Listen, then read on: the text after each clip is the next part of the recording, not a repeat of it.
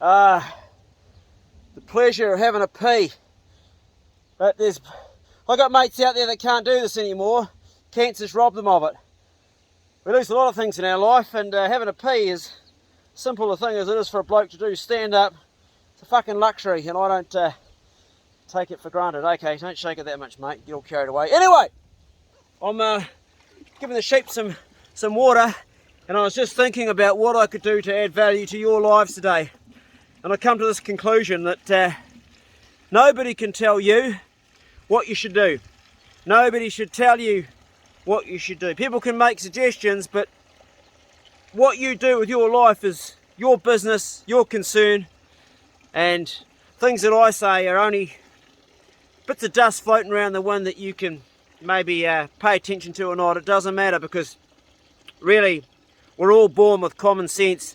We're all born with this instinct inside us that we really know what we have to do, and the answers are all within us. So old Clay here filling up his buckets of water for his sheep to feed them. Really, I'm no more qualified than you. Probably think less qualified than a lot of you, because I'm not very well educated.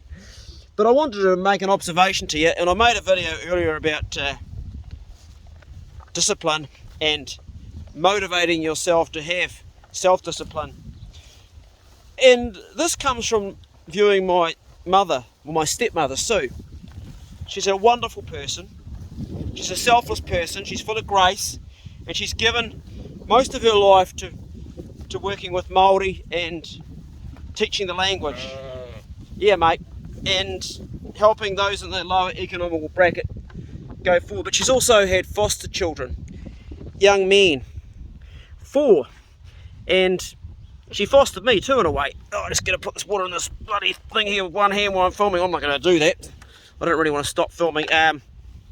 Pause, I'll just give the sheep the water. I still haven't set up an automatic water feeder, and I have to, because right now it's just buckets of water. So Sue has been really taught me a lot. She taught me to save my money when I was 18. She got me banking my money instead of spending. Well, I still wasted a lot of it, but she was instrumental in that. And she's helped a lot of us in our community. But one thing that she has, I've noted, is self-discipline herself. She used to get up at 5 in the morning or 4:30 even and take herself off swimming every day. Just because it was good for her body and her health. Well, who wants to get up at that time in the morning and go bloody swimming? I don't. But that's Sue. She's self-disciplined. And her diet's she's been strict with her diet. She's always in the garden doing something. And she's always motivating herself to do the right thing. And I've learned a lot by watching my stepmum. It's taught me a lot. And I've noted as she gets older that her life is still a good thing. And a lot of people in their 70s heading towards their 80s, their life isn't a good thing. It's full of struggle and pain. And it's paid off for my stepmum. She's got the good health still. And that's better. So I guess the message really is that nobody can tell you what to do. I'm certainly not telling anybody what to do, but from what I've learnt by observing my stepmum is that to have the best life, there's water in there, mate, drink it. To have the best life, you've really got to be disciplined, and you've got to take it upon yourself to shape that discipline and do the things and tackle the things that you don't really feel like you want to do, but you know they'll be better for you. And you don't need me to tell you what they are. You know what they are. For me it's diet. I used to have a shocking diet and I got really sick, so I had to change it. I only eat once a day, which is hard. I've got to discipline myself because sometimes I'd like to eat more. Why do I eat once a day? Well, it's to create a state of autophagy, keep the cancer away, and it's working, and I've been doing it for nearly 3 years. What else do I discipline myself to do? Well, just the little things like making my bed in the morning and cleaning my teeth. And I don't go to the gym or anything, but I do so much work around here. Find I do a bit of weight training. Each evening I'm throwing a few more logs, getting smaller and smaller onto those piles there. Well, I haven't done it for a couple of weeks because it's been too hot. But that's my workout, and the garden's my workout, and paddling my kayak and catching fish is my workout. So I know that that's good. And I discipline myself to make these videos because I know they may be of use to some of you. Not a lot of people because it's only a small channel. I could do better. I could do a lot better. I mean, look at the yard. This needs to be, I need to cut this grass here. But it's about priorities and time. And if you live alone like me, you don't actually have enough hours in a day just to do your normal things like hang your washing on the clothesline and all that. But overall, that could also be excuses. I could do better. So I really wanted to say to you guys, you don't need to have these motivational speakers or people like me really in your life. People like, I mean, I'm just like you. And I've just observed what's worked for other people and tried to imitate it. I'm not original. Everything's copied. I've copied off everybody that's worked. I've made a lot of my own mistakes, and they'll be the hardest lessons.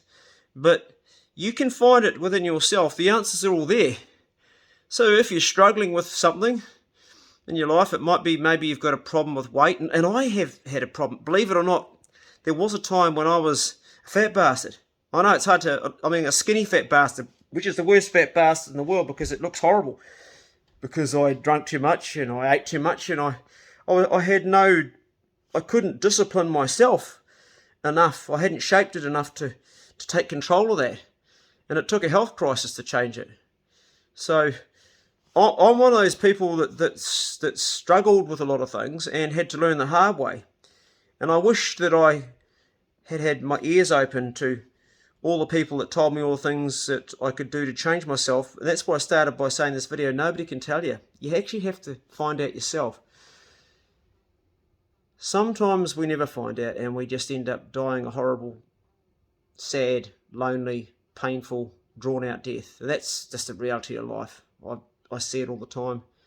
But I also witness around me people evolving, people taking control through their own motivated, self-imposed discipline upon themselves and creating good habits.